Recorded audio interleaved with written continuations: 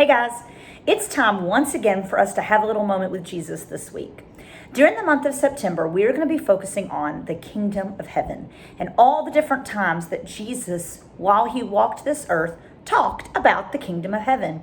Today, we're going to focus on a word that most people have heard quite a bit before or have had happen to them, and that is the word lost.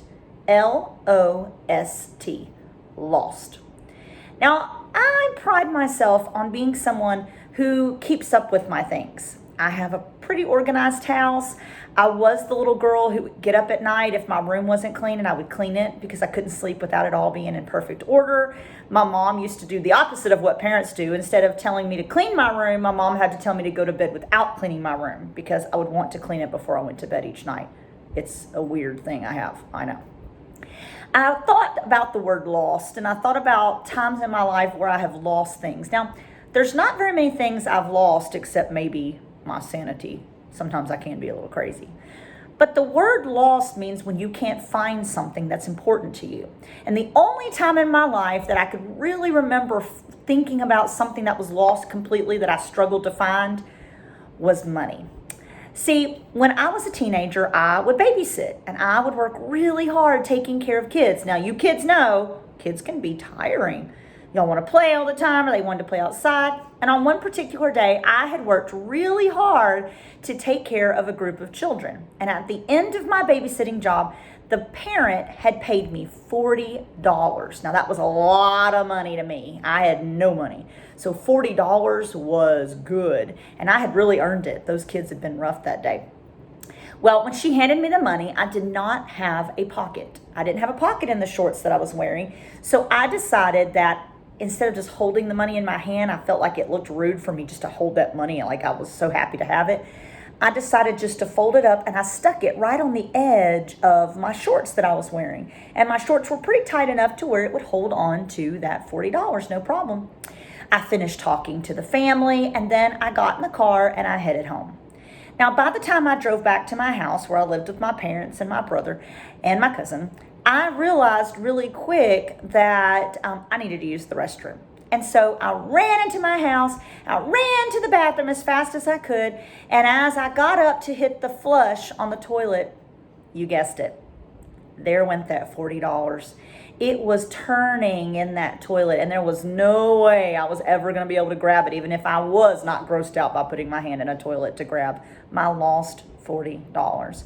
I ran out of the bathroom so fast and called out to my mom and dad and said, "Oh gosh, I just flushed $40 down the toilet. Can I get it back?"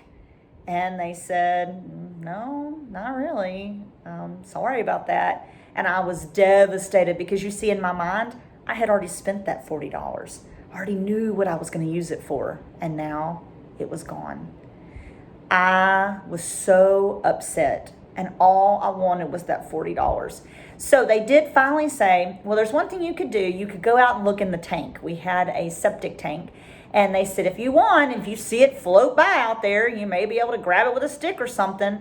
I think they were just messing with me because I don't think that's true. But I did, in all of my teenage wisdom, go out inside and look in the tank where all the stuff that comes out of the toilet goes. And I looked down in there to see my best. It was really dark. I had to take a flashlight. If I could find my $40, searching and searching for it, and yet I never found it. So that thing that I wanted to buy with my $40, it did not get purchased. The word lost means when something precious to you is missing. Now, that $40 was precious to me. It was something that I needed, something that I wanted so bad, but I had lost it, and I was willing to almost do anything, looking in the septic tank, to get that $40 back. It's pretty nasty to look in there. I don't recommend it. Jesus talked about a moment in the Bible when people lost things. And there are 3 parables about the word lost right here in Luke 15. Now remember, a parable is a story that Jesus said in order to teach a lesson. The first parable was of the lost sheep. He said that if a shepherd had 100 sheep and one of them got away, wouldn't he leave those 99 sheep and go out and hunt for his one lost sheep? Now, of course he would, because to the shepherd, his sheep are the most important. And so he would do anything possible to get that one sheep brought back home. The second parable of the word lost that Jesus shared was the lost coin. He said, what if a woman had 10 silver coins and she'd lost one? Wouldn't she turn on her lamp? She would light it, because back then they wouldn't have had electricity like we do today. And wouldn't she hunt all over the place in her house to find that one lost coin out of the 10? Of course they would. See, what Jesus is trying to show there, that is what God would do for us. That if one of us is lost to him, if one of us he can't see and find, wouldn't he go out and hunt for it? Because we matter so much to him. See, that doesn't mean that God looks down from heaven and doesn't see us. He knows exactly where we are physically. What that means, and what Jesus was trying to teach the people, was that we are lost when we do not have Jesus in our hearts. When we have not put our focus completely on God and we have not given him our heart, we are lost. Now, Jesus was telling these parables to people who were lost, people who were sinners, people who were tax collectors, people who were church people. He wanted the Pharisees and anyone who would listen to understand what the kingdom of heaven is like. See, God is looking down and above, and he's looking at us and saying we are precious. We are so important to him that if we were the lost sheep that was gone away, he would leave everything else to come out and find us. If we were as precious as that one coin that woman lost, he would come out and hunt for that. And then he told the biggest lost parable, and that is the parable of the prodigal son. Now, this particular parable or story has been told many, many times. It is definitely a popular one from the Bible, and it is the story of two sons. Now, both of those sons live and work on their father's land, on their father's farm, and their father has pretty good money. Now, there was this man that had the two sons that had a very hardworking older son, but then had a son the younger one, who wasn't as content and happy.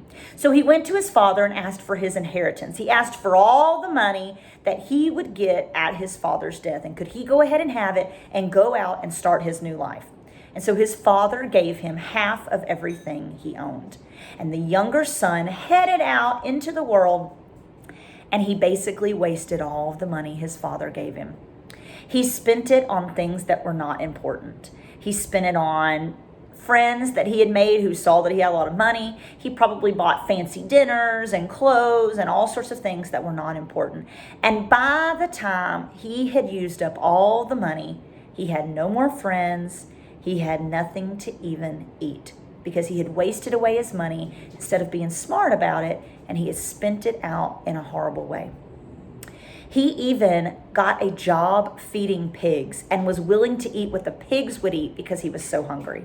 And that was when he thought to himself that if he went back to his father's house and he was a servant at his father's land and for his father, he would be fed way better than eating with the pigs. And so that's what he decided to do. He decided to go home to his father and ask for forgiveness and say that he was wrong for what he had done, taking and messing with all the money and ruining it by spending it in a silly fashion, and that he would go back. And as he walked the lane to his father's house, his father saw him and ran out to him and said, "Kill the fatted cow," meaning let's have a party. My son that was lost is found. He is now home, and let us bring him in and celebrate him. See, that boy had been lost. He had chosen the path of the world, which was not making good choices. He had wasted away all of his money on silly things. And what the father did was throw a party to have him back. That is what God thinks about us. When we go out in the world and we make silly decisions, we go out and waste our time in ways that aren't important. Maybe we play video games too long. Maybe we talk to our friends on the phone too much. Maybe we watch too much TV and we don't spend as much time with Jesus as we should. That is the same way that lost son was acting.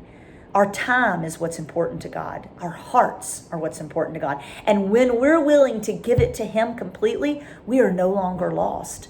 But when we realize that we've made that mistake and that we've put too much focus on other things and not God, He is there at the door ready to run out and say, let's throw a party because my kid is no longer lost. They're back with me. They're back focused on me.